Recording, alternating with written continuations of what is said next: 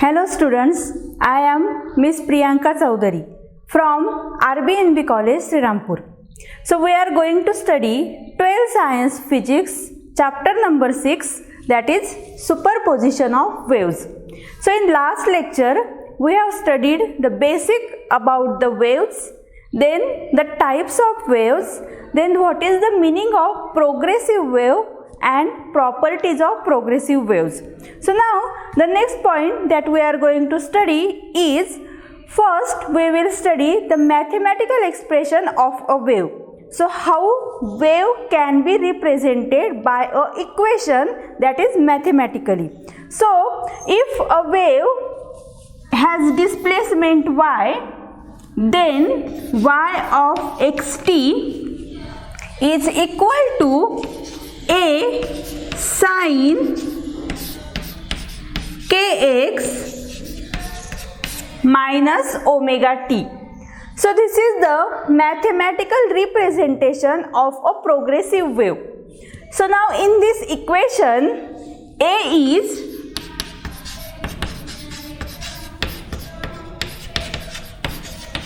amplitude of the wave, then k.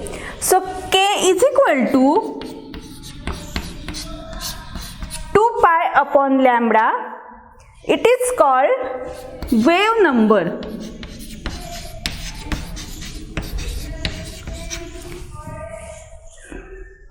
K is called wave number. Then lambda is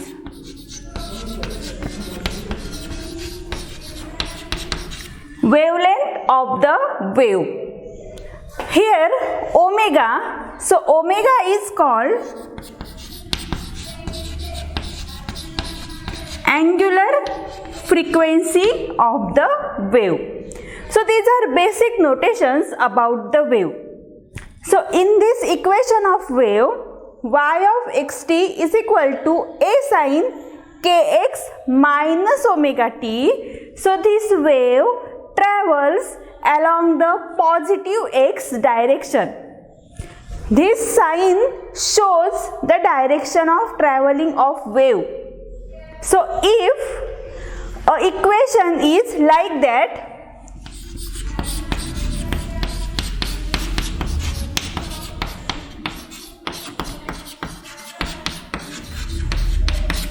if it is a equation of wave, y of xt is equal to a sin kx plus omega t. So here is plus, so this wave travels along the negative x direction. So this sign gives the direction of traveling of a wave. So this is about the basic things about the mathematical expression of a wave, which you have studied already in 11th science. Then the next point that we are going to study is superposition of waves, which is the name of our chapter.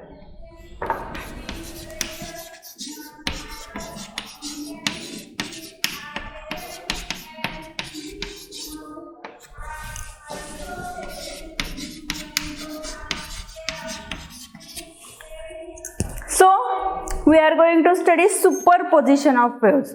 So now what is the meaning of superposition? So in general, suppose you are hearing your favorite music, but along with your music you may hear some background noise. So why this background noise occurs and how to reduce this background noise? For that we generally used headphones to listen a music. But by using headphones also, can we block background noise? So that is the reason superposition of waves. So superposition of waves means, suppose two waves are passing through a medium. When these two waves cross each other, then the resultant displacement will be the algebraic sum of the displacements of two waves individually. So this is the superposition of waves. That means when two waves are traveling in a medium, they reach at a common point, then the resultant displacement of the two waves is the algebraic sum of the displacements added due to the individual waves. So this is the superposition of waves. So now in this superposition of waves, again we will study how waves are superposed. So there are also two methods in case of superposition of waves, and these are the conditions for constructive interference and destructive interference. So now we will study that two conditions one by one. So next point is superposition of two waves. So in first point, superposition of two wave pulses of equal amplitude and same phases moving towards each other. So now here we can show two waves. So these are different diagrams. Suppose this is A, we can give its name A, B, C, D, E, F, G, like that. So now in the first diagram, that is A, time as 0 second. So these are two wave pulses moving towards each other. Then when time goes on, means when t equal to 1 second, 2 second, 3 second, 4 second, like that, these wave pulses comes closer to each other. So at this point, these two wave pulses will combine. That means the amplitude will be the resultant amplitude by adding amplitude of these two wave pulses. So this condition is useful in case of constructive interference. So when these two waves gets added, after that again they will move towards the same path that it follows. So this is about the same phases, same amplitude and moving towards each other. Now the second condition is, so here superposition of two wave pulses of equal amplitude and opposite phase moving towards each other. So here these are two wave pulses having equal amplitude but opposite phase, and they are moving towards each other. So here both these amplitude gets combined and the resultant amplitude will be a 0. So this condition is used in case of destructive interference, where these two amplitude, that is positive and negative, will vanishes each other and resultant will be the 0. So after combine, again they move towards its path. So these are two cases in case of superposition of waves. So now we have to find the resultant amplitude. Means in one case the amplitude gets added, it is a maximum amplitude, and in another case amplitude gets subtracted or it is the minimum amplitude. So now we will find the formula for resultant amplitude in these cases of superposition of waves. So now the next point is amplitude of resultant wave produced due to superposition of waves. So we have already studied when superposition of waves are there, then the resultant amplitude will be produced. So this resultant amplitude will be either sum of amplitudes of two waves, or it may be the difference of amplitude of two waves. So now we will find it mathematically. So consider two waves having same frequency and the different amplitudes. Suppose amplitudes of the waves are A1 and A2. Then these two waves differ in the phase. Suppose phase difference between the two waves is phi. So now by considering these values, we can write the equation of two waves. So the first equation of wave can be written as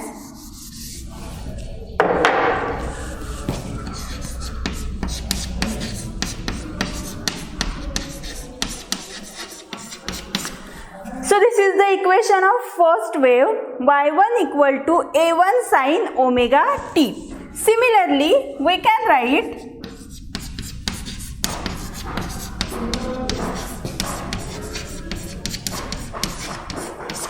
y2 equal to a2 sin omega t plus 5. So now the resultant displacement of these two waves can be the addition of these two displacements. So we can write resultant displacement y is equal to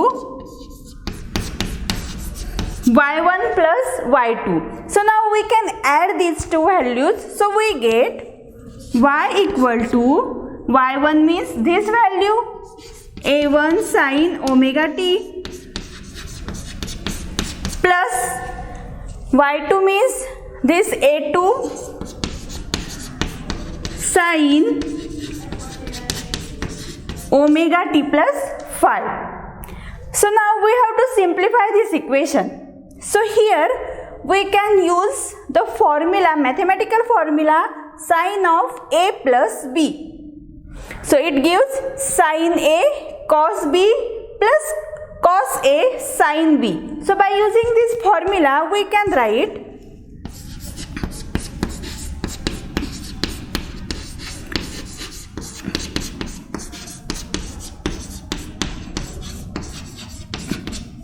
so this step as it is a1 sin omega t plus a2 sin omega t cos phi plus this a2 as it is cos omega t sin phi.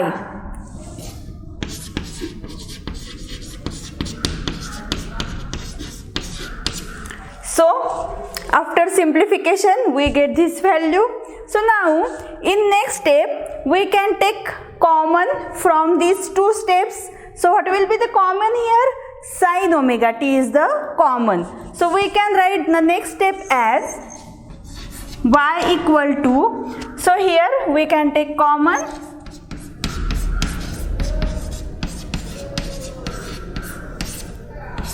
so a1 plus a2 cos phi into sin omega t. Then next is this last step is as it is, so plus a2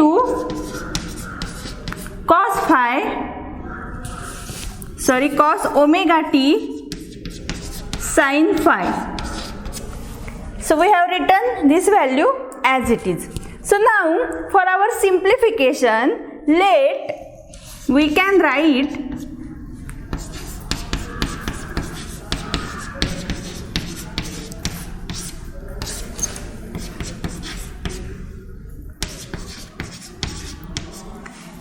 a1 plus a2 cos phi equal to a cos theta. Similarly, for this a2 sin phi is equal to a sin theta. So we will give it equation 1 and equation 2. So now here we can substitute these values. So this equation of resultant displacement y can be written as, so y equal to, instead of this bracket we can substitute a cos theta, this sin omega t as it is, plus instead of a2 sin phi we can substitute a sin theta, a sin theta into cos omega t as it is. So this equation is a formula for sin of a plus b. So we can write y equal to a sine of omega t plus theta.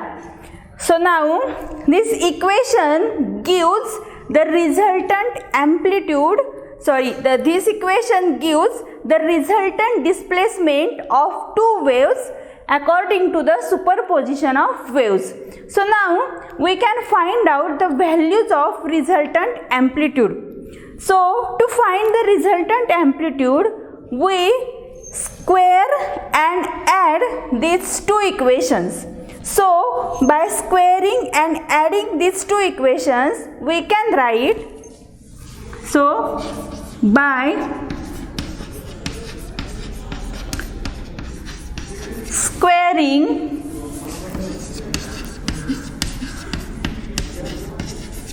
and adding equations 1 and 2, we get.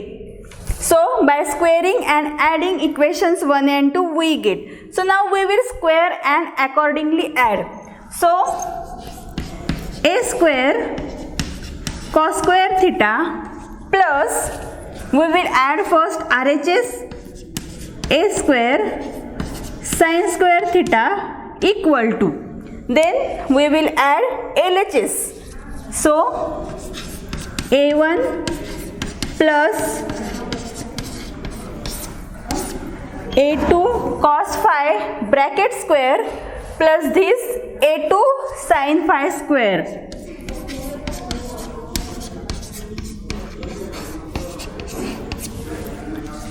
So now in next step we will simplify it. So cos square theta plus sin square theta is 1. A square will be the common. So we can write a square equal to, by using square means a plus b bracket square formula, we can write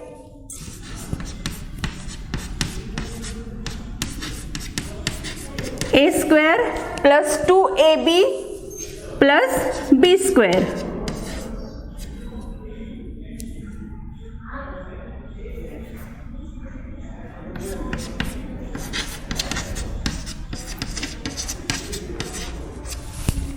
Plus this term as it is.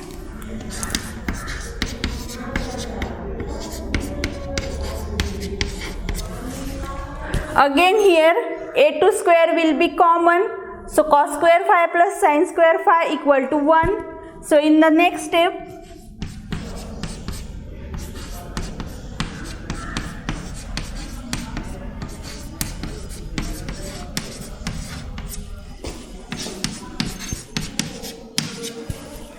so we get this value by simplification. So the resultant amplitude A can be find out.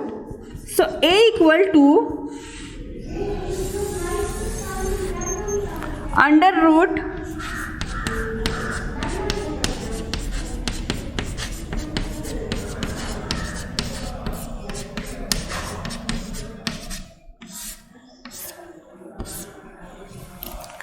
So this equation gives us resultant amplitude of two waves of superposition of waves. This equation gives resultant displacement and this equation gives resultant amplitude. So now we will study some special cases related to the resultant amplitude. So next is special cases. So case first, when phi equal to 0.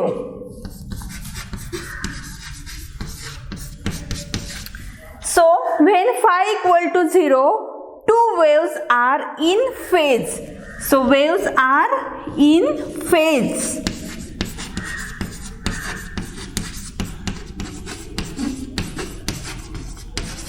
So if waves are in phase, now we have to find the formula for resultant amplitude for two waves which are in phase.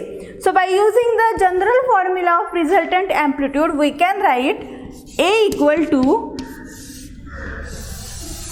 under root A1 square plus 2 a1 a2 phi is 0. So we can write instead of cos phi cos 0 plus a2 square. So we know that cos 0 is 1. So we get a1 square plus 2a1 a2 plus a2 square. So this can be written as a equal to under root a1 plus a2 bracket square. So from this what we can write, a equal to a1 plus a2 means a resultant amplitude a is given by a1 plus a2. That means addition of amplitudes of two waves when phi equal to 0 or waves are in phase.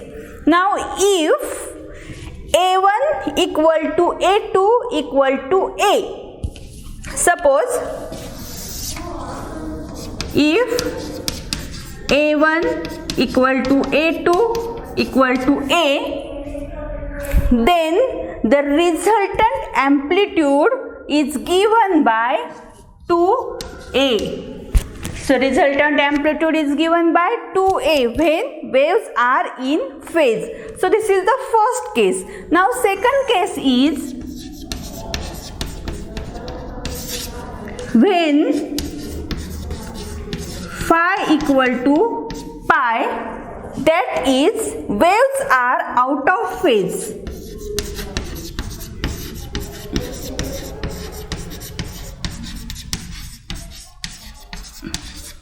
So if waves are out of phase, now the resultant amplitude is given by a is equal to a1 square plus 2a1 a2 cos pi plus a2 square. So now if we substitute value of cos pi, it is a minus 1. So here we get a1 square minus 2a1 a2 plus a2 square. So we can write this value as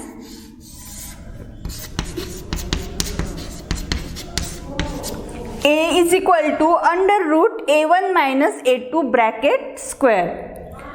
So again we can write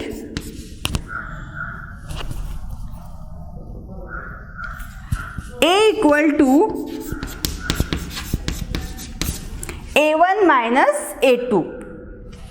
Here also if a1 equal to a2 equal to a, then the resultant amplitude will be 0. a1 minus a2 is 0. So what we can conclude from this, if waves are in phase, then resultant amplitude will be maximum, and if waves are out of phase, resultant amplitude will be minimum or 0. So in case of constructive interference, it is a maximum amplitude generated when there is a superposition of waves, and in case of destructive interference, minimum amplitude or 0 amplitude is there, means the amplitude or two waves gets vanishes with each other. So these are two cases related to amplitude. So now